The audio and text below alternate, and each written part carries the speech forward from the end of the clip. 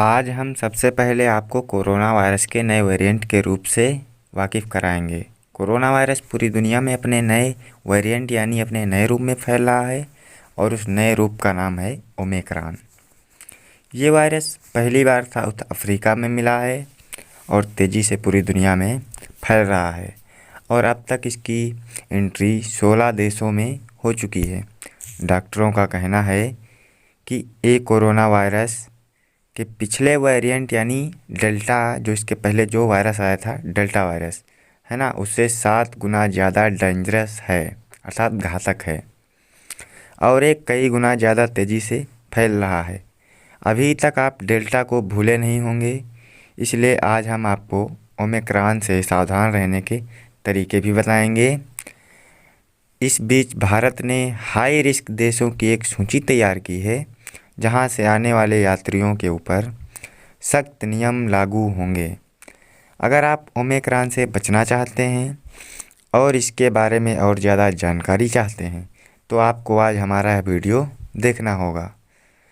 एक ताज़े अध्ययन के मुताबिक कोरोना का जो डेल्टा वेरिएंट था जितनी तेज़ी से 100 दिन में फैला था, यानी जितना 100 दिनों में वो क्या हुआ था, फैल गया था, उतना ये नया वेरिएंट सिर्फ केवल और केवल 15 दिनों में फैल चुका है और इस वेरिएंट में अब तक 32 म्यूटेशन हो चुके हैं, यानी कि बदलाव हो चुके हैं। जो कोई वायरस बहुत तेज़ी से म्यूटेट होता है यानी अपना रूप तेज़ी से बदलता है तो उससे लड़ना बहुत मुश्किल हो जाता है। किसी भी वायरस में म्यूटेशन की प्रक्रिया बहुत ही सामान्य होती है, लेकिन इस वेरिएंट में म्यूटेशन असामान्य तरीके से हुआ है जिसकी वजह से पूरी दुनिया चिंताजनक है अर्थात बेचैन है। यानी कि इसका म्यूटेशन जो है बहुत तेज़ है और बहुत ज़्यादा है। अब तक कुल 16 देशों में वायरस पहुंच चुका है और इनमें अफ्रीकी देश हैं, यूरोप के देश हैं, इसके अलावा ऑस्ट्रेलिया, कनाडा, इजराइल और हांगकांग में भी इस वेरिएंट से लोग पॉजिटिव हुए हैं, यानी ये वेरिएंट वहाँ तक पहुँच चुका है। और आपको याद होगा पिछले साल जब कोरोना की शुरुआत हुई थी तो वो भी ऐसे पहले एक देश से यानी चीन से कुछ देशों में फैला और धीरे धीरे धीरे धीरे करके पूरी दुनिया में फैल गया। और इस वेरिएंट के बारे में कहा जा रहा है कि ये पुराने वेरिएंट से भी कई गुना ज़्यादा तेज़ी से फैल रहा है।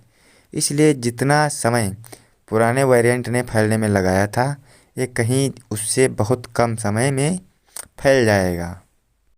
इस वेरिएंट पर अभी तक रिसर्च का कार्य बहुत तेज़ी से हो रहा है। फ़िलहाल के लिए जो ये हमारा नया वेरिएंट है यह एक गेंद की तरह है जिसके ऊपर क्या है, कुछ कांटेनुमा संरचनाएं होती हैं जिसे स्पाइक्स कहते हैं। इनमें क्या हुआ है, बहुत बड़ा बदलाव हुआ है, बट इससे अभी ये पता नहीं चला है कि ये पहले से ज़्यादा घातक होगा या नहीं।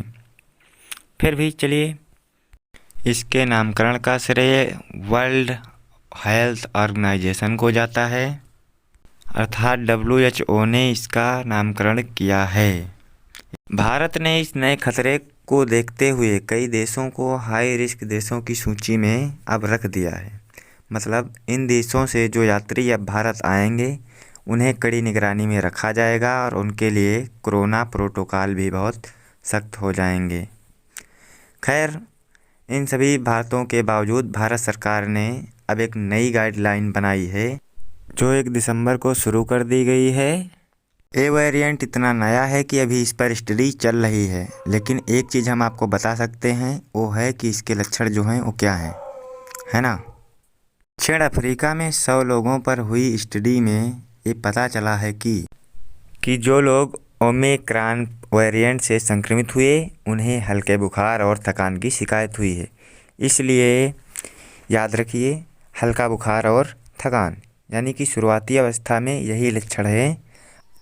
इसके अलावा जो हमारा डेल्टा वेरिएंट था उसमें क्या था, सूंघने की क्षमता चली जाती थी, लेकिन इसमें ऐसा कुछ भी नहीं है। बाकी जितने भी लक्षण हैं उन पर अभी क्या है, स्टडी चल रही है। खैर, इस खबर से जुड़ी एक लेटेस्ट अपडेट ये है कि भारत ने मुश्किल की इस घड़ी में साउथ अफ्रीका की मदद करने का फैसला किया है। भारत सरकार vaccine, test kit, PPE kit और वेंटिलेटर साउथ अफ्रीका और दूसरे अफ्रीकी देशों में भेजने के लिए अब तैयार है। इसके अलावा अब हम बात कर लेते हैं सावधानियां की। तो सावधानियां जितनी भी हैं, अपनी पुरानी वाली सावधानियां सारी बरतनी चाहिए। मास्क हमेशा लगा के रखना चाहिए। कहीं अगर जाते हैं तो भीड़ भाड़ से बचना चाहिए और 1 मीटर की दूरी बना करके रखनी चाहिए। ये मत समझिए कि कोरोना जड़ से ख़त्म हो गया है। हो सकता है जो आने वाला है या उससे भी भयानक हो या फिर कुछ भी ना हो, इसका कोई पता भी नहीं है। लेकिन आप अपनी तरफ से बचने की पूरी कोशिश कीजिए।